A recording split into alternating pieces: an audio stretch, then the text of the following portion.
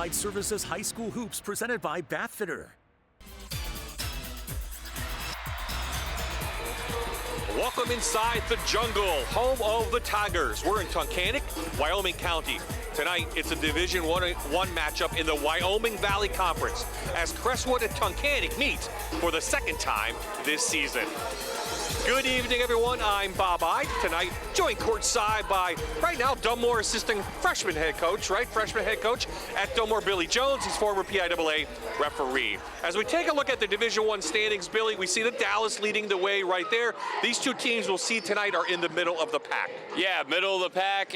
Probably more important tonight, they're playing for district seeding. Crestwood 5A, Tunkhannock 4A. They have a lot to play for as we get into the second half of the Wyoming Valley Conference season. Let's talk about the Comets first, coming off a loss to Pittston area the other night. They've had an up and down season, around 500 or so. They're led by our Toyota Spotlight player, Drew Seckler. Drew Seckler, not your traditional point guard. He's more than a distributor, can shoot lights out. If you crowd him off the three-point line, he can score in the lane, hit the pull-up jumper, and he has a very nice floater.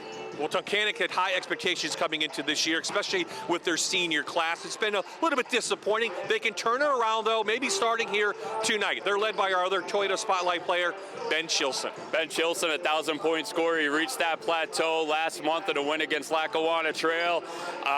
He's like a Swiss Army knife. He can score in a variety of ways. He can play with his back to the basket. He can step out, shoot the three, and at times can play above the rim. He's 6'5" and super athletic. Keys to the game now, Billy. Let's go with the Comets first and see what you have to say, what the coaches say. Head coach Mark Atherton very concerned about rebounding tonight. 4 of 5 Tunkhannock starters are 6'1" and above. Crestwood wants to negate that size, make sure they block out. Crestwood also wants to contain Ben Chilson. If Chilson goes for maybe 15 or 16, it can be a winnable game for Crestwood. However, he has the knack for scoring in bunches. Remember, 2 years ago, Bobby scored 50 points in a win up at Athens. As far as Tunkhannock goes, they want to create turnovers, expect them to extend their defense, trap a little bit, try and get some easy baskets. They also want to dictate the tempo. Tunkhannock wants the game to be in the 60s. Crestwood wants it to be in the 40s. Last time these two teams met, Billy, 41-40 was the score. The Comets won that game. Can the Tigers reverse that? We'll find out here tonight. It's Crestwood and Tunkhannock next.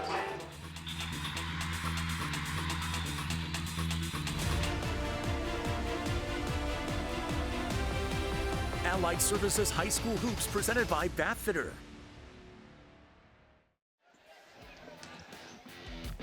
Teams are on the court and ready to go, so let's check out the starters for the Comets. Seckler, who did not play in the first game, as Billy mentioned.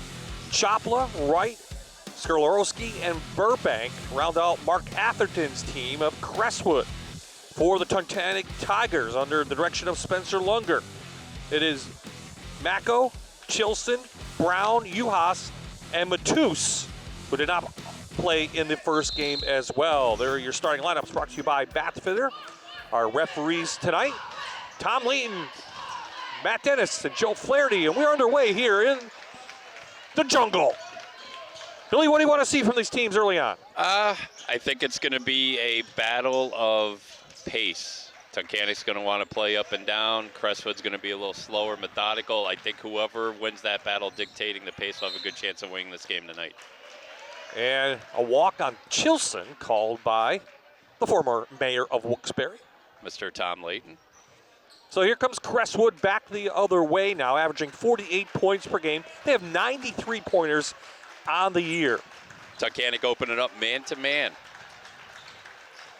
Very tall, lanky team, as you mentioned. They use that size pretty well. One thing Coach Lunger wants to see, talking to him, is better defense. When they play good defense, this is a very good team, as Seckler finds the rim. And Tunkhannock has really changed things up defensively. 2 years ago when we had them here, they were exclusively a zone team, and now they're man-to-man. So defense taking a little bit more of a priority for the Tigers this season. Tigers 58 points per game. They like to shoot the threes, and when they're on, they are on. That is Matus from downtown. And he did not play in game 1 due to a concussion, so Spencer Lunger thrilled to have him back. And that's Chaz Wright with a little leaner in the lane. This will be a fast-paced game. What the shooting percentage looks like, I think, might be the question mark for both teams, but they will crank up the shots. And as expected from a Mark Atherton club, the Comets man-to-man as well. 366 threes taken on the year for Tunkhannock. That's a lot. Tell you what, I wouldn't mind playing for Spencer longer. I'd be getting the green light. I'd be gunning it myself. There is Mark Atherton, the dean and the veteran of the Wyoming Valley Conference, 28 years. He doesn't even look like he's 28 No. years old. He has a full head of hair. I don't know how he's pulled it off. Of course, his dad, one of the best coaches in the area for many years. I believe the gym at Luzerne County Community College, named after Coach Jim Atherton. It is. And of course, Mark's son, we saw him last week, plays for the Holy Redeemer Royals. So here are the Comets. Tunkhannock giving up 48 points on the year. Great cut on the inside, Skorowski. Great offense there by the Comets. They got him open there with a little back screen. Tunkhannock caught napping. Those are the lapses that Spencer Lunger wants to get rid of for his team. And Matus making his presence felt. 2 quick early baskets. Matus the block, but he's been called for the foul before that as Wright went up hard. 2 shot foul, in fact.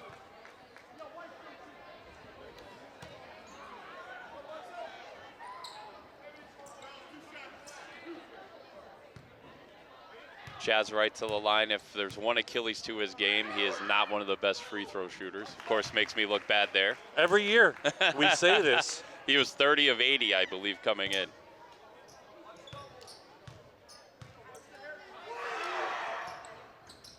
Yeah, 2 for 2. He was shooting 39% from the charity stripe, and the Handler, Henning, and Rosenberg free throws go in. Tunkhannock has them right where they want them, Billy. They've trailed most every game, and then they set up that press, and it seems like that triggers something. Yeah, on Tuesday night at Wilkes-Barre area, Tunkhannock down a dozen in the second period, and they extended their defense, went to a little 1-2-2 3/4 court, and that got the Tigers rolling. They ended up winning by 12. Foul 90 feet from the basket. I think that might be on Burbank. It is his first, Brandon Burbank. And there's Spencer Lunger, 6th season here. Began his coaching career at Mountain View High School and then returned here to his alma mater to take the helm here in Wyoming County. Macco trying to post up. And don't be surprised, Tunkhannock's guards are a lot bigger than Crestwood's. If Spencer Lunger maybe runs some ISO where he posts his bigger guards against smaller defenders. Comets very deliberate on offense, try to get the best shot they can.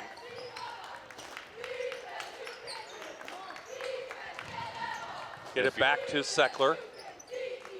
And the key here for Tunkhannock, you got to communicate. Crestwood screens a lot. You got to talk on screens. You got to double dribble there. Yep. Double dribble on Chopla, the 5'10 junior. So 2 seniors in the lineup for Crestwood, all senior lineup for Tunkhannock. And when we were here 2 years ago for the same game, a lot of these seniors saw critical minutes as sophomores. That's how good and talented they are. Did Chilson get blocked? I think he did. Wright's going to push the pace. Don't see that too often. Good decision, though, by Chaz to pull it out. They really didn't have the numbers there. Josh Brown steals it. Here comes the Tigers back. Matus in the lane. Floater, no good. And after the break, he will go for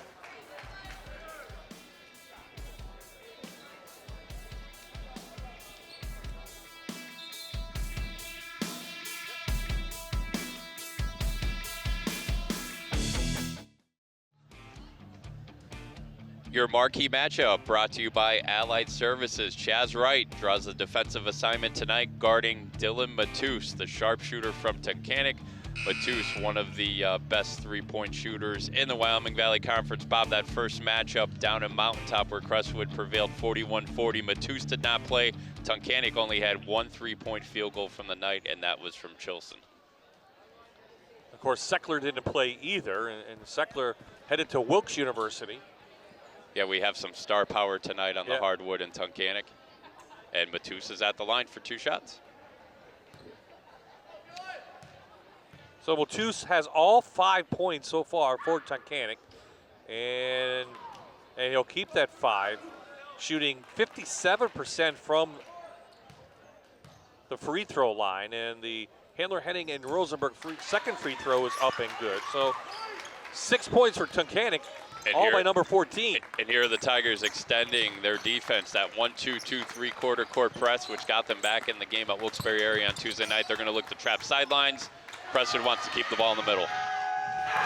Slammerino for Mr. Chilson. And that got the crowd in the game. That ties it up at 8. As we mentioned in our open, he can play above the rim. Showed it right there. So the foul on the floor on Tunkhannock. And there's the deflection, which leads to the easy 2-handed slam. And Tunkhannock, with this 1-2-2 3-quarter court press, they really have guys which have some length. They can get lots of deflections, lots of steals. This could get them going. Matus on the point of the press here. Derek Johnson in the game for Crestwood. Burbank underneath, lost it. Evidently he had it stripped away. Tied at 8, now 3:12 left in the first quarter. Try to force it inside. Guys picking up some floor burns early tonight, Bob. Straight off the bench, Johnson hauls up a 3, no good.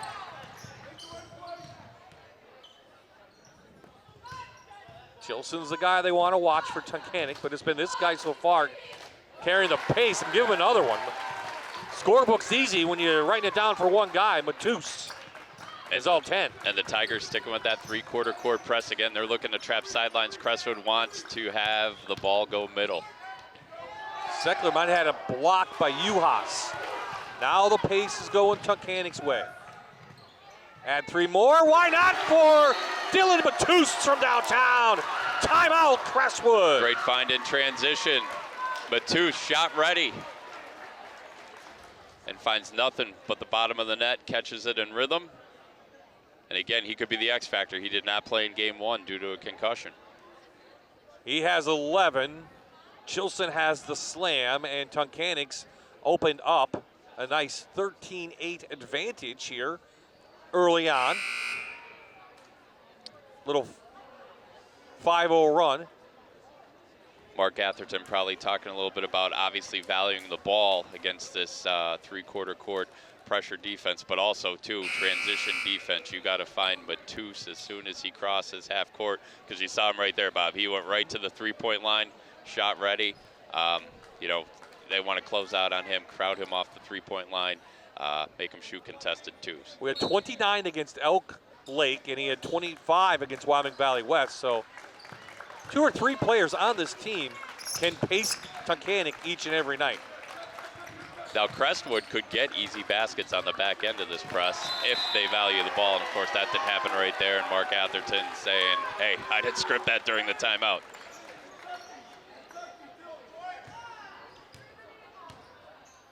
So the Tigers on this little 5-0 run after they've gone to the press. Trying to extend that now.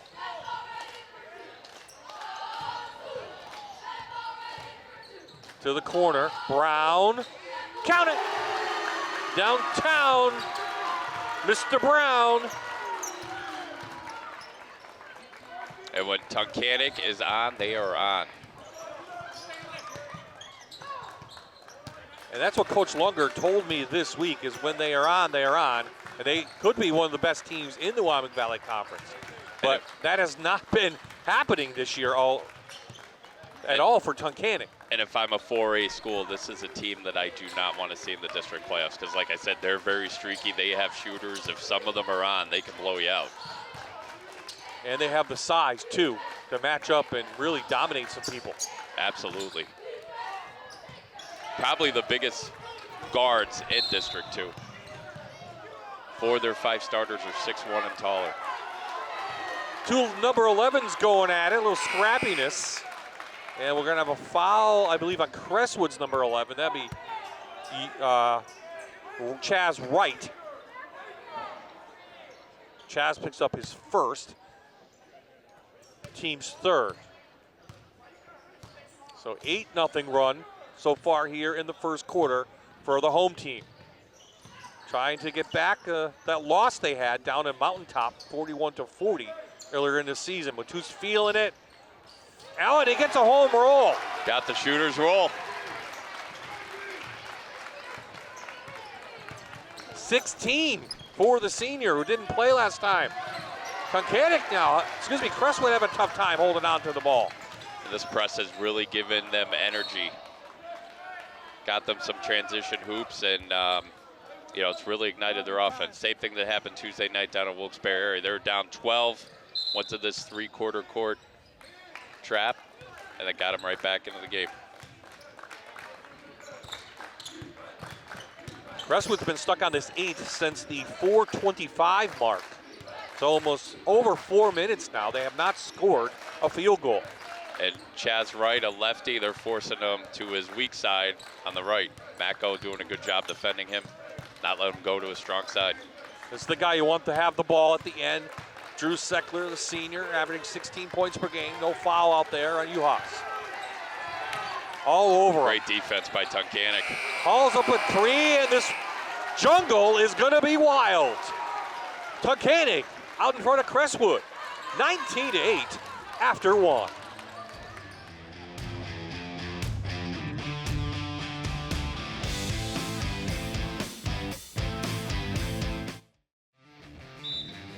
The jungle, well, they're jumping. Their team out ahead now, 19-8 as we head to quarter number 2 here in Wyoming County. Bob Ide, Billy Jones. When Tunkhannock is on, they are on. They are on. Their shooters are getting quality shots, knocking down threes. They're also getting some transition baskets. Tunkhannock, we talked about dictating pace. They want to play at a fast pace, and right now, as far as the tempo battle, advantage Tunkhannock. Crestwood trying to find a basket, have not scored in a long time. Big hit by Sklarowski on Uhas. Getting pretty physical. And that pressure, and there's a little bump there. Uhas hits the deck right at the half-court mark. That pressure, even if you don't turn them over, they force Crestwood to probably take a shot that's not really in their offense by Sklarowski. That's just as good as a turnover. You can force somebody to take a shot they're not accustomed to taking on the back end of the press. That's just as good as a turnover. Tunkhannock beat Berwick the other night, 77-62. Their game against Hazelton, which we were supposed to do on Wednesday, got moved now all the way to next week. So there's their first game in just about a week, and Matous feeling it, but here comes Crestwood. Trying to get an easy basket. Right. Going to be called for the charge. And Matous, the sharpshooter, stepping in transition, giving up his body, taking the charge. There it is right there, beating Chaz Wright to the spot. Established defensive legal guarding position and going the other way. Turnover, offensive foul. Comets need to get some turnovers themselves on this Tiger team to get back into it. Mako posting.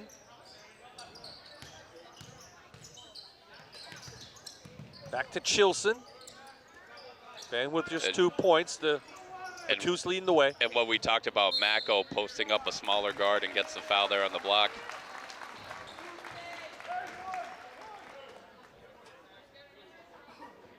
It'll be Tiger ball on the baseline. Chopla's second foul, team 6th already for Crestwood. Swing it back out, Matous again downtown. Hit the top of the board, and this will go over to the Comets. So Crestwood now down to 11. What do they need to do? Get back into it. Get quality possessions. Listen, if you can get easy baskets on the back end of the press, that's great. Take it. However, if you don't, run good offense. Basketball game of spurts, you're only down 11. Plenty of time. They just can't get rattled here by this pressure. Swing it back, Seckler. So far, just 2 points for the Crestwood leading score inside. Sklarowski's going to go to the free throw line. And that's a quality possession. Got a paint touch, going to the free throw line, shooting 2. And there's a look, great second effort by Sklarowski. He's going to be rewarded with 2 free throws. Juhas on the line, 64% shooter, and his first Handler, Henning, and Rosenberg free throw goes in for Sklarowski. 6'2" junior. Had 12 points against Link Lehman, his season high, and he'll convert those 2. He has 4 so far, and Crestwood gets on the board, but it was about a 6-minute drought. Yeah, I mean, they've weathered the storm, though, only a 9-point game. And if you're forcing Matus to take runners in the lane, I mean, that's, if you're going to pick your poison, that's the shot you want to give up. However, when he catches it like that in rhythm, that's not the shot you want to give up. 4 threes already for Matus. And Tunkhannock forcing the ball sideline, preventing Crestwood from getting the ball to the middle. Any type of zone press, which is what you see here, getting the ball middle is kryptonite. And there's Matus, inside out 3. Nice follow through. Picturesque jump shot. Over the top for Crestwood, trying to get it into the freshman, Agapito. He lays it up and in. And he came up big in the first meeting, had 9 points, 5 of which in the 4th quarter. And Crestwood was able, as we talked about, they won 41-40 down a mountaintop in the first half of league play. Back to Matus and lay it up and in. Simple basketball, give and go. Simple but highly effective. 19 already for the senior. Seckler downtown. Let's see if that gets him going. He is 5 now. That was a great ball reversal by the Comets. Seckler wide open on the opposite side of the floor. Matus was thinking about NBA range there. Chilson will take it, and he's connected, and timeout on the floor. Mark Atherton has seen enough. He's got to slow this Tiger team down. Yeah, and Chilson now getting involved. He had the dunk earlier in transition, now shooting the 3. And as I said before, if Tunkhannock is your draw in the 4A playoffs, look out, because if you can get Chilson, Matus, and maybe even a third scorer like Bacco, having hot nights, it could be a long night and an early exit in the first round of the district playoffs. Of course, January 6th was the last time these two teams met. 41-40 was the score. Matus did not play, so he's making up for lost time. Correct, and Seckler out as well. Yeah. Yeah, a lot more star power in this matchup, and definitely Matus making his presence felt early. Yeah, Tunkhannock, you mentioned, we'll look at the 4A district standings coming up in a little while. And Matus, 6'3" on the point of this press, can really cause some disruption with his length, very bouncy. Fouls on Brown, his first, 4th for Tunkhannock. And then you put Matus out front, 6'3", and Chilson in the back. And you have a hard time for most high school teams to get the ball. And Tunkhannock matching up, going man-to-man on the back end of the zone press. Little circle action by the Comets.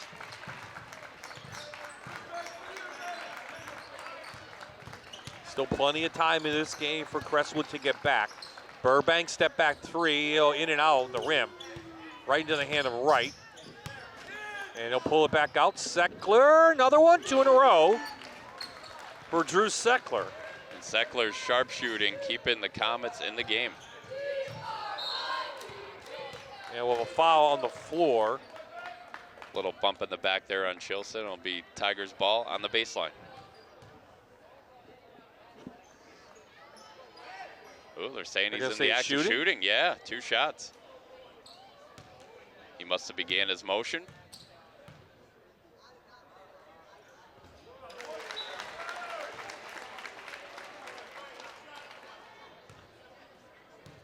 Chilson with 6 now.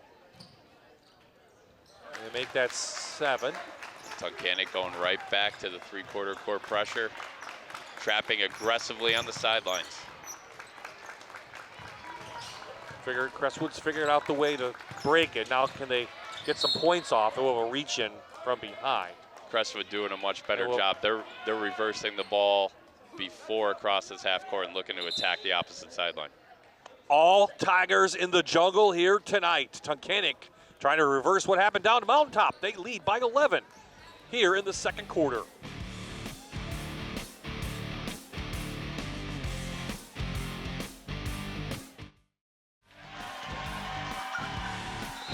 The Dr. Todd Smile Cam has found the jungle here in Tiger Country. A lot of happy faces in that crowd. Well, if they don't have a mask on, Billy. It is chilly in here, but their team up, and the one reason why is the play of that guy right there, Dylan Batu, 6'3" senior, averaging 12 points coming in. We talked about his big games, but right now he is pacing Tunkhannock. Yeah, he got them going offensively and also defensively, too, on the point of this press, which has caused some turnovers and gotten Tunkhannock some easy baskets in transition. Good pass inside. Johnson finds Wright. Great execution out of the timeout by Crestwood to get Wright the easy shot, high percentage, and it's back to a 9-point game. Yeah, within single digits now. Crestwood mixing it up here, going zone. Obviously, you want to cheat the zone to the side of the floor Matus is on. Don't want to have him get any open looks. Oh, one turnover. Let's see if they can convert. Dorowski's thought about it for about a split second. Just has 2 threes on the season for number 4, so he's not the guy you wanted to shoot from outside. Burbank, though, can shoot it. Tunkhannock, a little box and one on Seckler, and this is the same defense that Al Semenza showed Tuesday night at Pittston area. Little wrinkle here out of the timeout by Spencer Lunger. And Crestwood has seen it this year. A good shot from Derek Johnson. He was in the pregame pretty well from out there. That one didn't go. And what's unique about this Tunkhannock club, a guy like Chilson can handle it like a point guard. At 6'5". Any one of these guys can initiate their offense. Yep. Let's see it now. Seckler gives up the ball. He does, and he takes it right to the rack. No foul called. Here comes Tunkhannock. They don't have numbers. Brown shot off. And back down come the Comets. And Seckler's used to this.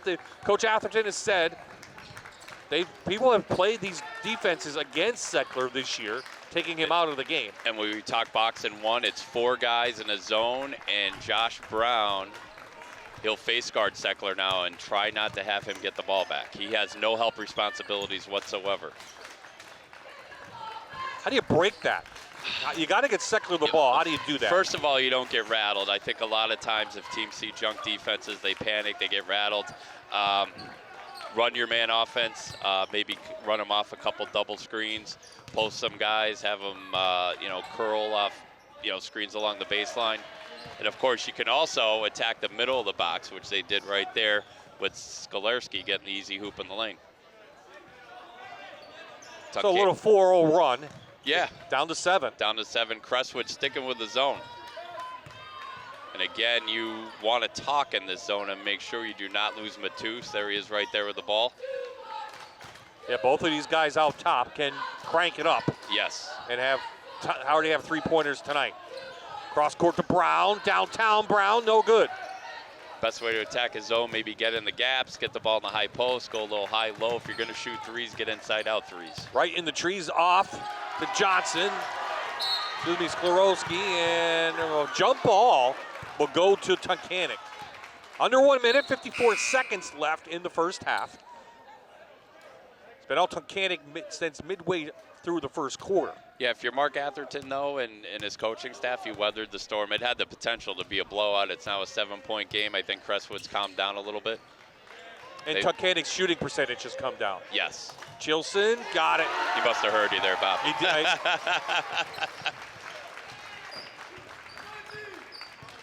Well, Tunkhannock likes when we bring the TV cameras here. They like to show up a little bit. And Chilson can score in a variety of ways. He can drive it, score off the bounce. He can shoot the 3. He can post. So Crestwood obviously going to try to get that last second shot, get it down to single digits before the break. And again, Drew Seckler being face guarded by Josh Brown in this box and one. Little dribble handoff here to get him the ball. They're looking to trap it now and force him to give it up. They do. 3 blocked away, and the whistles are not blown. We go to the break with the Tunkhannock Tigers out in front of the Crestwood Comets in Wyoming Valley Conference action by 10. Billy and I will be back at the Toyota Halftime Report after a special interview with our friends from Allied Services.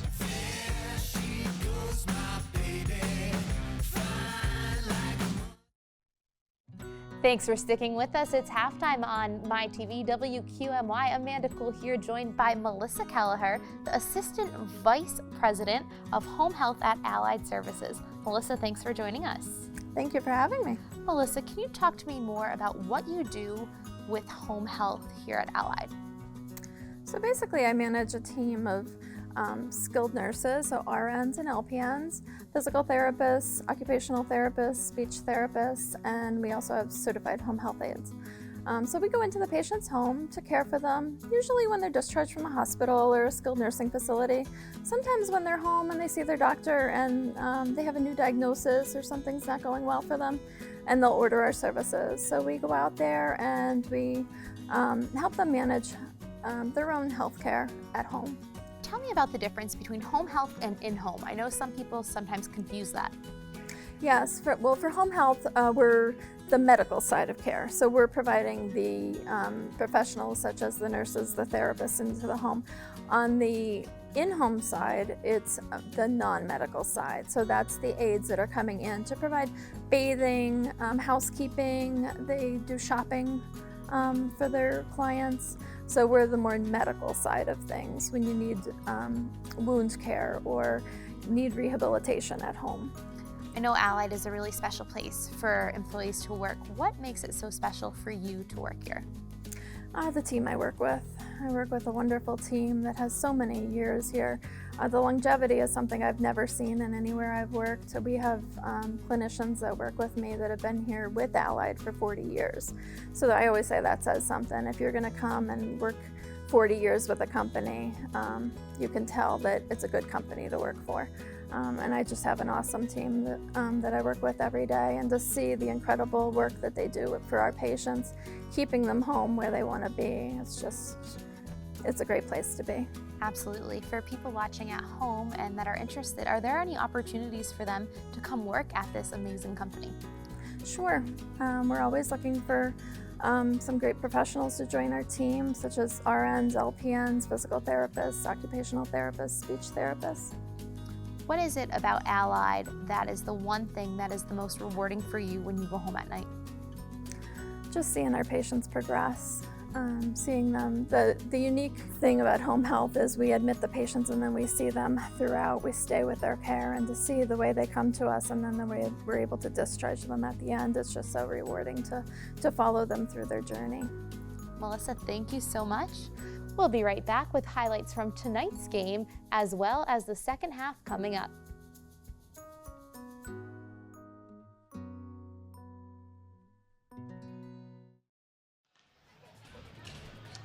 Well, there's your score at halftime. Tunkhannock leading Crestwood 32-22.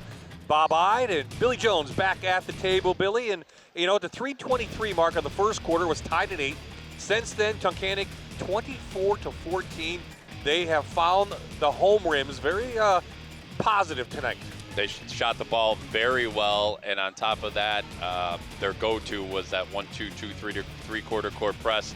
They forced Crestwood to turn it over early, got some easy baskets. That got their offense flowing. And it doesn't hurt when Dylan Matus is back in the lineup and he scored 19. Yeah, he shot lights out, and Ben Chilson got out of the act too with a 3, a thunderous dunk off the turnover from the press. And, you know, we talked in the open. Crestwood won the first meeting 41-40. We're 32-22 here. This game could be in the 50s and 60s.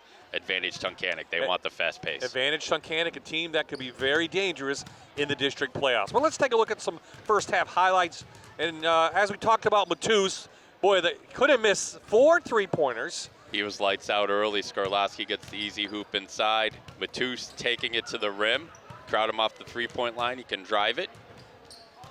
And here's the turnover. Chilson anticipating the soft pass. Gets the thunderous dunk. And Matus continued to shoot it well throughout the half. I believe that lead Bob ballooned to 10 at one point, or 12, correct? 12 at one point. They had it down, Crestwood had it down to 7, but then a little late run by Tunkhannock has it up by 10, and why not when Chilson and Matus, and you have 3 guys that have scored for Tunkhannock, and they're up by 10. That's pretty impressive. Yeah, and Tunkhannock scored in a variety of ways. We talked about Matus and Chilson knocking down threes, but as you saw there, Matus got some action driving it to the basket. He also got the little layup off the give and go. And of course, they scored in transition off the 3/4 court press. Well, in District 2, it is Coaches versus Cancer Week, suits and sneakers. And before the game, happy to announce that senior Caden Jennings, who was diagnosed with cancer, is back here tonight. And there you see him. They honored him before the game. He's in remission, and that is exciting to see. Got a round of applause, standing ovation. In fact, hugs from just about everyone. And that's what Coaches versus Cancer is all about. And Billy knows it more than anybody. Billy's mom passed away 6 years ago today, Billy. You went through this. You've gone through Coaches versus Cancer. What did Coaches versus Cancer mean to you? And I know you're very close with Andrew Kettle, who runs it as well. To me, it's a family. Like with our schools, not only in the Lackawanna League and Wyoming Valley Conference, but District 2 combined. It's just being there for one another. If a player is diagnosed with cancer, or a coach, or a family member. My mom was diagnosed with leukemia. Diagnosed a little bit too late. She was diagnosed in October 2016, passed away in January 2017. Local basketball community was there for my family and myself, and Andrew's done one heck of a job. He founded the Coaches vs. Cancer initiative locally here in District 2 in the 2007-2008 season, his first year at Lackawanna Trail, and since then, they have raised more than $3.5 million here in northeastern Pennsylvania, and Andrew's had his share of championships, league championships, district championships at Scranton Prep, but probably what he's most proud of is what he's done as far as raising all that money for the American Cancer Society through Coaches versus Cancer. And the other one that's special around the area is the Pink Game. They raise money for the Foundation for Cancer Care, and that leads us into our next game, which will be Monday. Abington Heights at North Pocono. There's a nice ceremony. There's singing. There's celebrating. There's honoring the people that have cancer and have lost their lives to cancer. And we'll be on the air Monday at 7 p.m. Myself and Taryn Melody Liuzzo do that game. And that's always special. It's the 15th year of the Pink Game, maybe 6 or 7 that we've done it on TV. And we're honored to be a part of that great game again. And I'm sorry, go ahead. Go ahead, No, this time of the year, we want to, remember those who lost the fight with cancer, but we also want to celebrate the survivors, like Caden Jennings. Yep. And it's just a very emotional time in District 2. It is. So back here on the floor here early on, let's see, Crestwood needs to get back into it. They get the ball, but they turn it right over. What do the Comets need to do to break up this 10-point deficit they have? They got to handle Tunkhannock's pressure. They got to get quality possessions. We'll see if Tunkhannock sticks with the box and one on Drew Seckler. Obviously, if they do stick with that gimmick defense, Crestwood, they want to have some sets scripted to get him quality shots. Next time down, we'll see if Tunkhannock's in it.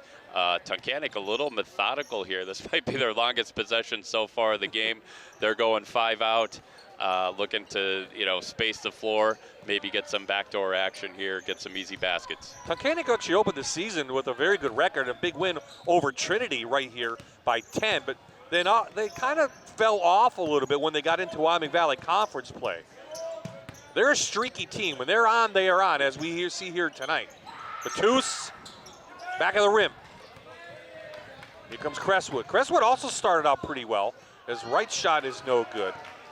They started 4-1, but since then, Crestwood's 5-7. Yeah, they have a 2-game losing streak coming in tonight. They obviously want to right the ship. Both teams a little cold here early to start the second half. It's like in our truck, a little chilly, but Burbank takes the baseline. Burbank leading the Comets with 3-pointers made on the season. I believe that's his first basket of the night, Bob, correct? It is. It absolutely is. They need to get him going. Seckler has 8, Wright 6, and Sklorsky 6 as well for the Comets, who now can cut back into the lead. And Crestwood coming up with multiple stops on the defensive end. If they can just find a little offensive rhythm, this could be, a one-possession game quick here in the third period. Well, Tunkhannock's been known to let some advantages go by the wayside this season. And Seckler going to be in the lane, but the foul's going to be for the shot on Brown, who's guarding him. A little too much hand there on the dribble drive. Crossed into that disadvantage category. So the official had no choice but to call the foul. Crestwood basketball along the baseline. Crestwood needs to find someone else to score other than Seckler because he is being guarded tonight very closely. Matus on him now. Good crossover and move. Left-hander, no good. What a nice move by Drew Seckler. And Matus guarding him probably has a few inches on him. His length can probably disrupt Seckler a little bit. Matus down the lane, can't hit the layup. Both teams cold. And Matus converted those drives to the rim in the first half. Advantage here early in the third period to Crestwood. Burbank, pump fake, fights for it, and it's going to stay with the Comets.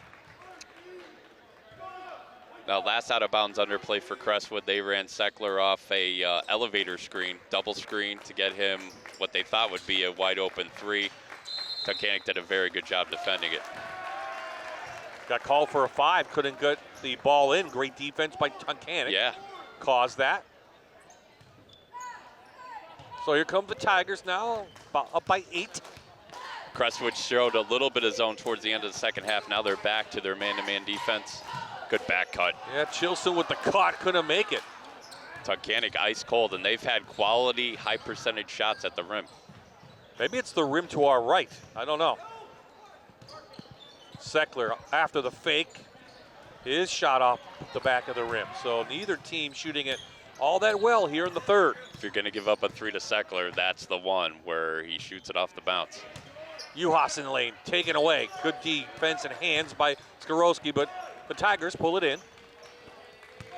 If Crestwood could just get a little offensive rhythm, this lead could really evaporate because defensively they're getting the job done. Blocked by Burbank. Here comes Crestwood. They want to push it just a little bit into Seckler's hand. He's hounded. Chaz Wright, not really knows a three-point shooter, just has 6, and they're leaving him open on that shot. Good footwork there by Wright not to travel.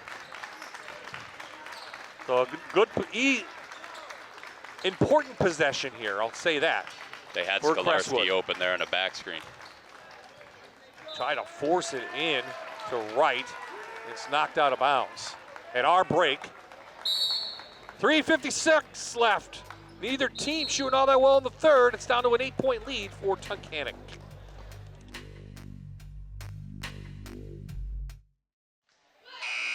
We're back in Tunkhannock. Tigers out in front by 8. For our figure law firm scholar athlete this week from Tunkhannock is that guy right there, Ben Chilson. He's first in his class. He's the FBLA president. He's a volunteer at the fair, Interfaith Purse Bingo. He has a GPA of over 102, and he's committed to, Billy? Bowdoin College up in Maine, high academic Division III. He'll continue his basketball career there. Bowdoin, a member of the New England Small College Athletic Conference. Polar Bears they're 0-5 right now in league play. I think Mr. Chilson can help him next year. He's quite the athlete. Remember, we had his brother Jack as an athlete a couple years ago. And Jack right now is doing track and field at Harvard, so. Not too bad. Yeah. Speaking right on cue, Mr. Chilson hits from downtown. He must have heard us. And Crestwood was zoned there out of the timeout. Tunkhannock back to that 1-2-2-3 quarter court press. 12 for Mr. Chilson, the first bucket of the third quarter for Tunkhannock. Will foul on the floor on the Tigers. Looks like Mako. And there's the little bump there. Former Mayor Tom Layton got the call. 2 shots. Skorowski, 64% on the year. Junior hit the first. And he missed the second. He has 7 on the night. And Crestwood just won't go away. They're pesky, they're scrappy. And that's what they're going to have to do. Just cause havoc out there to get back in this one. And they're staying with the zone, which they went to out of the media timeout. And with the height that Tunkhannock has, they're just passing it over the top. Yep. Like you're in a bunch of trees. Oh, Brown, good baseline for Uhas. Trying to get the garbage, can't. Back out to Chilson downtown. No. Oh, another rebound. And Tunkhannock's had some quality shots here in this third period, both in the paint and threes, and they can't convert. They're letting Crestwood stick around. Little trap in the corner. Back out to Mako. Way off the mark. Mako scoreless tonight, averages 9 points per game coming in. He really hasn't had to score. Chaz right now going to set it up. Brown on Seckler, been his shadow all night long. Tunkhannock out of that box and one. However, they're making it tough on Seckler to get open. They're not really helping off of him.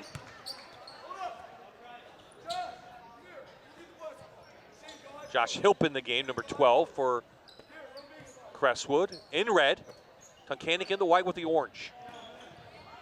Chilson downtown, you leave him open, and he's deadly. And that's the risk you run when you show zone.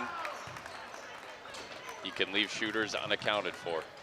15 for Chilson. Blocked by Ben.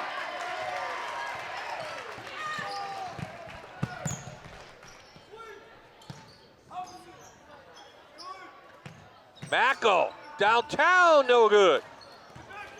Tunkhannock putting on a clinic as far as ball movement against the zone. The ball's not sticking at all. They're getting quick ball reversals, and Mark Atherton wants to talk things over.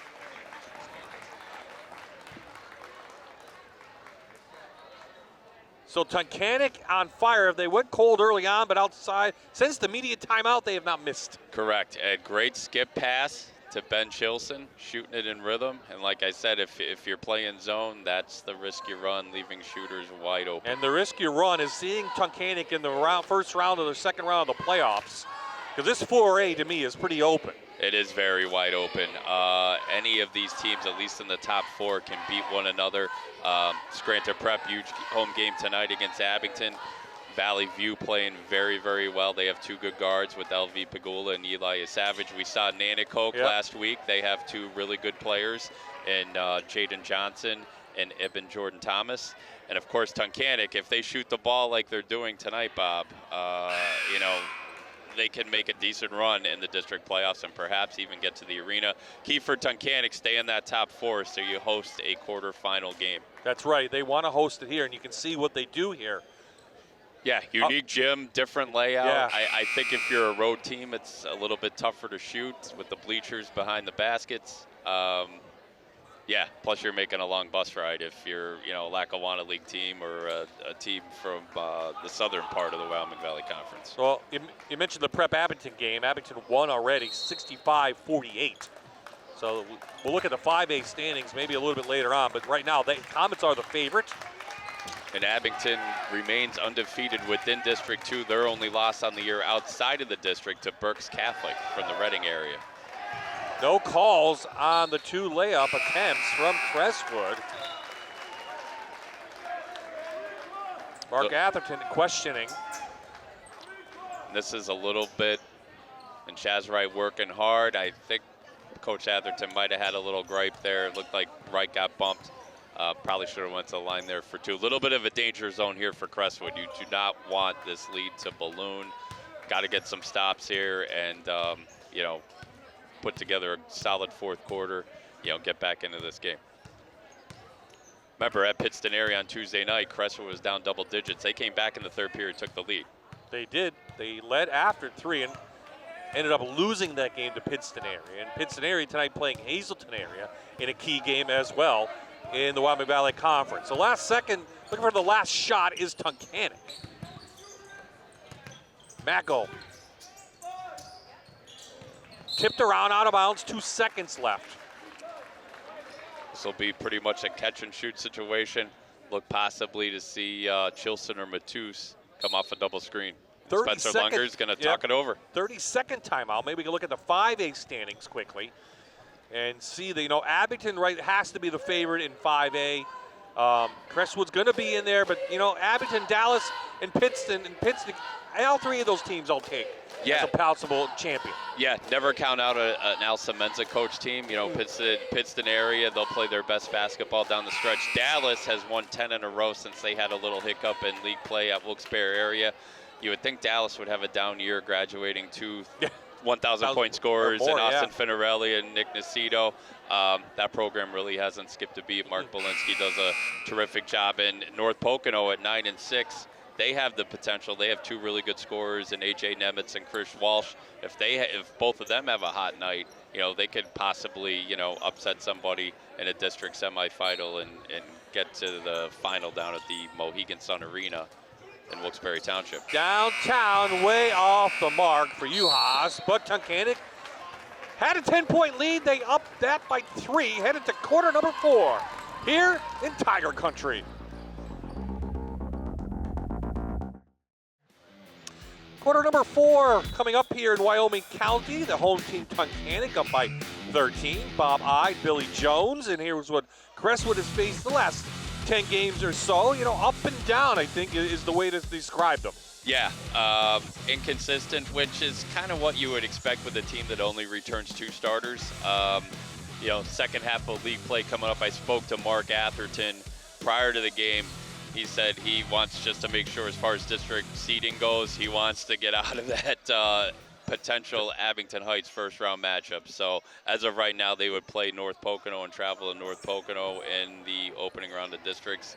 But obviously they want to either maintain their 5 seed or possibly move up to a 4 and avoid, like I said, going to Abington Heights. Well, it doesn't get any easier for Crestwood. They face Hazleton area next. Yeah. Which is above them in the standings in the conference anyway. Yes, and Hazleton area, they have a very good player in Chris Catrone. And, of course, that's a rivalry game, too, in the Wyoming Valley Conference. Yeah. Hazleton just down the road from Mountaintop, so that's always a high-intensity battle. Well, Tunkhannock going to work the clock a little bit. Crestwood sitting back in the zone and Tunkhannock taking the air out of the ball. And, they're going to have to match up out of this, or at least, look to trap and speed Tunkhannock up. You don't want them taking the air out of the ball, down 13 here to start the 4th.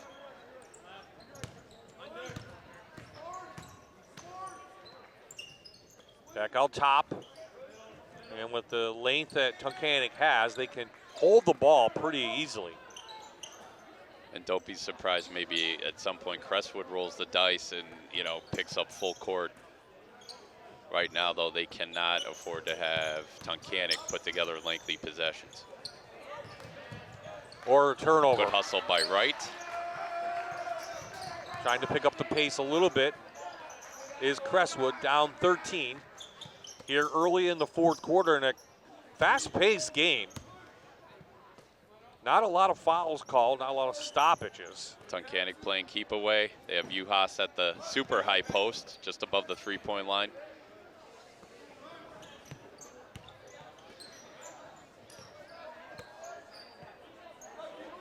Matus has not scored in this half. He had all 19 of his points, number 14, in the first half. It had paced Tunkhannock and got them out to that big lead. And at the beginning of our broadcast, we talked about Tunkhannock wanting to play fast. This is probably not something we envisioned. And we also maybe envisioned a closer game, but give Tunkhannock credit. Yeah. As we say, it's tough to play here.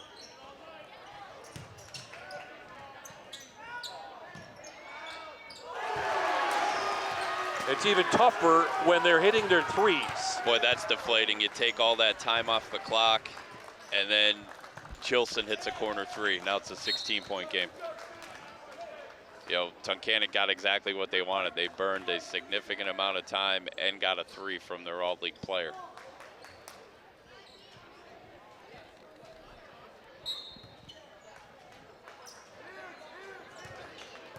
And there's that extended 1-2-2. Tunkhannock will match up on the back end and go man.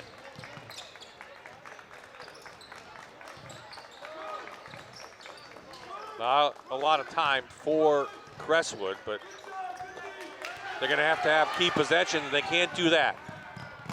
Well, it's an easy way for Macco to get his easy first bucket of the game, and a timeout on the floor now. And Mark Atherton, I don't want to say he's seen enough, but he's just trying to find something. Easy hoop for Macco. He really hasn't done much scoring tonight. However, you know, he's initiated Tunkhannock's offense. He's defended well, has done the little things. So here's what Tunkhannock trying to go above the 500 mark for the first time. And they'll face Hanover coming up. So they can put a little streak together. Want to right some wrongs from that first half. But again, they play good defense. They are very tough to beat. Absolutely. And I think Coach Lunger and his staff have put a lot more stock into defense this year. 2 years ago when we had the same exact game up here, Crestwood at Tunkhannock, Tunkhannock was exclusively a zone team. They're pretty much now a man-to-man team. You know, defense will get you, you know, if you defend well and rebound, you know, you'll have a chance to win any game. And of course, in the postseason, that could be the difference in getting to the arena for the district final or not. Well, at Dallas is going to be tough, but Hazelton here, they can right that wrong. They got blown out down in Hazelton. But again, if they're a team right here like we're seeing right now, Valley West kind of an upset. Valley West has 3 wins, one for Tunkhannock. They beat Tunkhannock and they beat Crestwood. Yeah. Other than 3. Yeah, I mean, you know, you look at Valley West record and you think, oh, that might be an easy win. As Lee Corso would say, not so fast, my friend. And then Tunkhannock, they have to go to Pittston area. Pittston area came up here earlier this month and won in overtime. So the Tigers will look to avenge that loss here on their home court. Yeah, if they can go 4-1 over the last 5, they'll move up a little bit and secure that seeding. So foul on the floor. So Burbank's going to go to the line. He's been not really a part of the game. He only called his name once for 1 field goal. And this is a kid that averages 9.5 points per game. And he can step out and shoot the 3, a matchup nightmare. He can also play inside. And like you said, you know, if Crestwood were to be in this game, and there's still time for them to come back, but, you know, Burbank would have to be a key factor. Yeah, Burbank had 23 against Williamsport. In that game, he had 6 3-pointers. So and Crestwood now extending their defense, looking to speed Tunkhannock up, get some traps here, maybe get some turnovers. Good call by Mark Atherton. Got to roll the dice here. At this point, you can't trade baskets with Tunkhannock. It's got to, you know, string together some stops, get some quality possessions. You know, 16 with 4 minutes to go, it's doable. But you don't have much of a margin of error.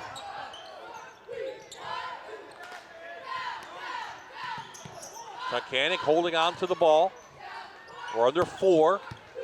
So next dead ball will be our timeout. So Crestwood will get a chance to take a break then. They like to get a turnover. Tunkhannock putting on a clinic here as far as running delay offense, taking time off the clock. Last time they had a lengthy possession, they had a Chilson 3 from the corner. So we have a timeout on the floor, 3:39 in this one. It's been all Tunkhannock all day. 43-27, your score. The jungle is loud and the jungle is happy. And they're in the Dr. Todd smile cam. Maybe that's why.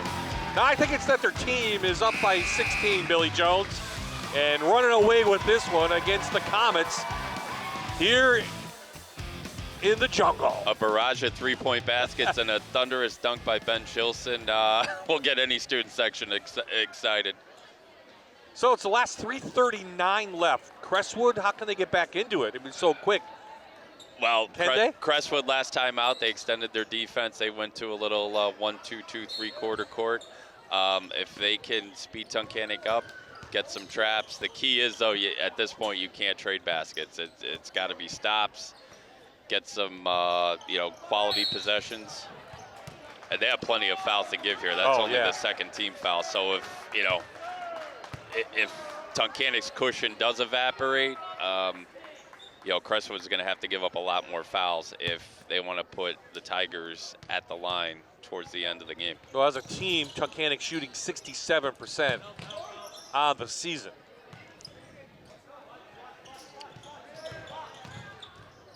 And Crestwood, you know, a little bit more aggressive in that zone, looking to trap. Well, they have Brown if he wanted to cut. It comes right at Billy. Luckily, Matus is 6'3". He saved me from a potential concussion. That thing was that thing was aiming right for my head.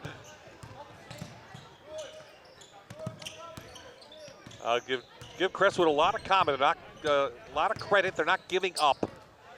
They are running all over the floor, trying to get a turnover. Macco, there's Brown on the backdoor cut. You saw that coming. Textbook delay offense. You ran some time off the clock, and you got a layup on the back end.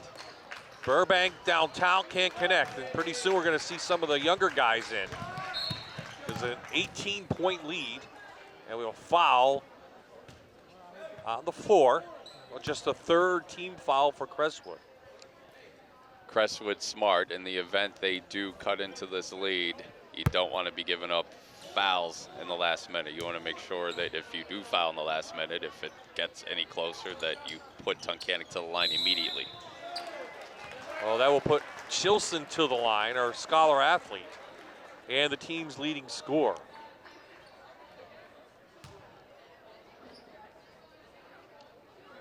So he has 18. Matus had 19 in the first half, and he's not scored in the second half. And now here we go, some subs now coming in. As you might expect for Tunkhannock, DeMarco in, and number 31, Dayton Controvi. He's the young man who took a tour of our production truck, Bob, headed to Syracuse University for broadcasting next year. I know that school well.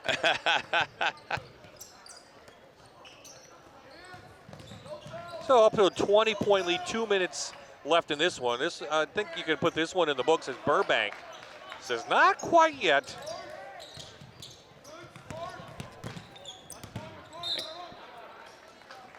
Crestwood not giving up, continuing to play hard. Well, that's a Mark Atherton team. They are going to play hard, and they're going to play right to the end. You know, they could cause havoc in the district playoffs. They could pull off an upset. Absolutely. Mark Atherton teams are always well prepared. They're always going to play hard, and you know, you catch them on the wrong night where they shoot it well. You know, anything can happen. So Matus is on the bench now, probably for the rest of the night, ending the night with 19 points. He had 4 3-pointers all in the first half. Seckler's been very quiet, and give credit to the Tiger defense. Absolutely. I think any Crestwood opponent, Seckler is the guy they want to key on. If you can take him out of the game, that's like cutting the head off the snake. There's look at Matus, so he'll be done probably for the night. He got this Tunkhannock offense firing early with a slew of threes. Josh Hilt back into the game for Crestwood. He replaces Derek Johnson. Tunkhannock can seal this. This will be their 3rd straight win. Crestwood potentially could fall. Could be their 3rd straight loss in conference play. Crestwood will fall to 9-9, while Tunkhannock will improve to 9-8. Intercepted by Wright.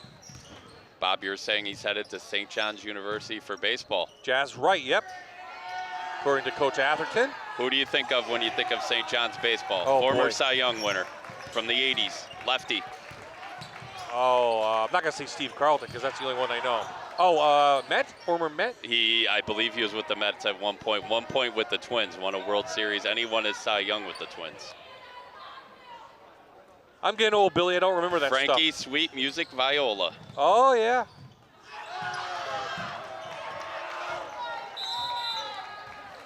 So, timeout on the floor. I think they're going to try to get some subs in, and they do.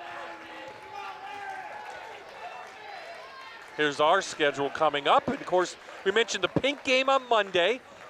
That's the girls' matchup between Abington Heights and North Pocono. And then Billy and I will be back. I should say Doug's going to be back for those games because Holy Cross is going to be at Dunmore. And, of course, you coach at Dunmore in the freshman team. Dunmore right now up in the 4th quarter at Mid-Valley. Holy Cross with a huge win over Old Forge. And we'll see the Old Forge and Mid-Valley last game on the 16th. I was at that game at Mid-Valley the other night. Mid-Valley pulled ahead in that one. But Oak Forge, boy, they have that player who's very good. Yes, Joey Bachaco Bachaco, heading to our you. alma mater, Marywood University. Yeah. So that will do it. Put this one in the books. Tunkhannock at home pulls off the big win in the jungle. And they go wild. The final score, 47-30. We'll be back with our players of the game. And Billy and I will wrap it up from the floor. All Tigers here tonight.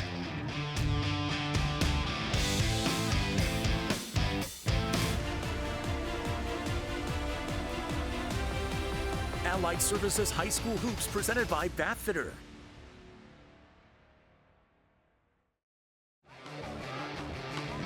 Well, the Tigers taming the Comets tonight. 17-point win. They improved to 9-8 on the season, and we're with our players of the game, brought to you by Allied Services. Ben Chilson, the senior, also a scholar athlete. Boy, a big win. You really came out in that first half and established what you wanted to do tonight. Yeah, you know, it was really a team win. It's the best ball movement we had all season. We came ready to play defensively too. That's one thing we were really focusing on in practice was defensive, because, you know, past games we haven't really played well on defense, so we really focused on that, and, you know, it was all about effort today. What is it about this place that you guys really shoot well? Is it like you practice here, I know, but is this difficult for opponents to play in? Yeah, definitely. We have a great fans, great community that's all around us. So it's hard for other players or other teams to play here, and it really gives us energy too. And also it gives you energy when this guy's popping threes in the first half, 19 for Dylan. What do you say about his first half performance? He played amazing. He played amazing. Our team does a great job of getting the hot hand, and that's exactly what we did with Dylan. You know, he couldn't miss. We were getting him open. And, you know, it was great. I know a district championship is what you guys want to do, at least get to the arena. When you play like this, are you guys beatable? No.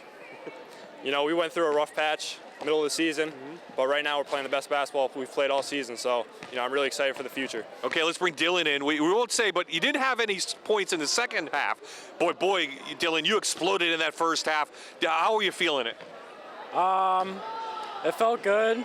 I was happy to see my teammates giving me the ball. Ball movement is really important to our school's team's basketball playing, and it goes for everybody. You know, we move the ball, we score, and we do our thing, so it felt good. Now, you missed the first game against the Comets.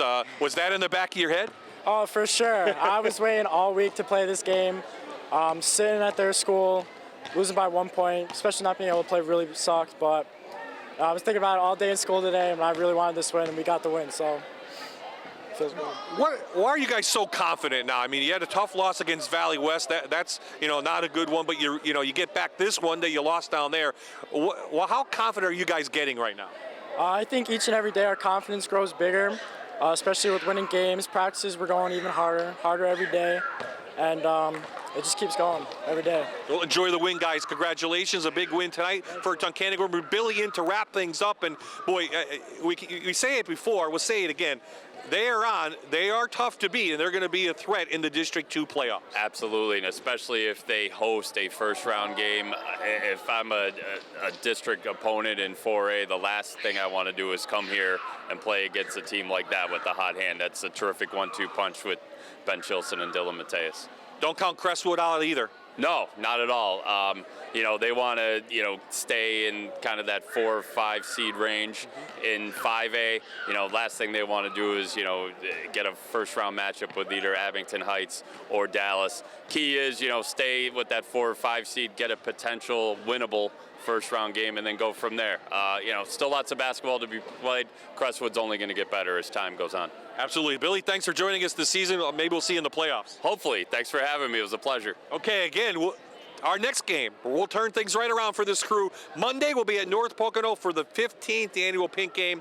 Abington Heights and the Lady Trojans playing for that. We'll be on the air at 7 o'clock. There's a great ceremony before the game, and we should have a great contest tonight in the Lackawanna League. And then the rest of the season, we'll see you down at Dunmore and then at Mid-Valley. So we'll wrap things up here in Wyoming County. For the entire Fox 56 sports crew, for Billy Jones, this is Bob I saying so long from the jungle.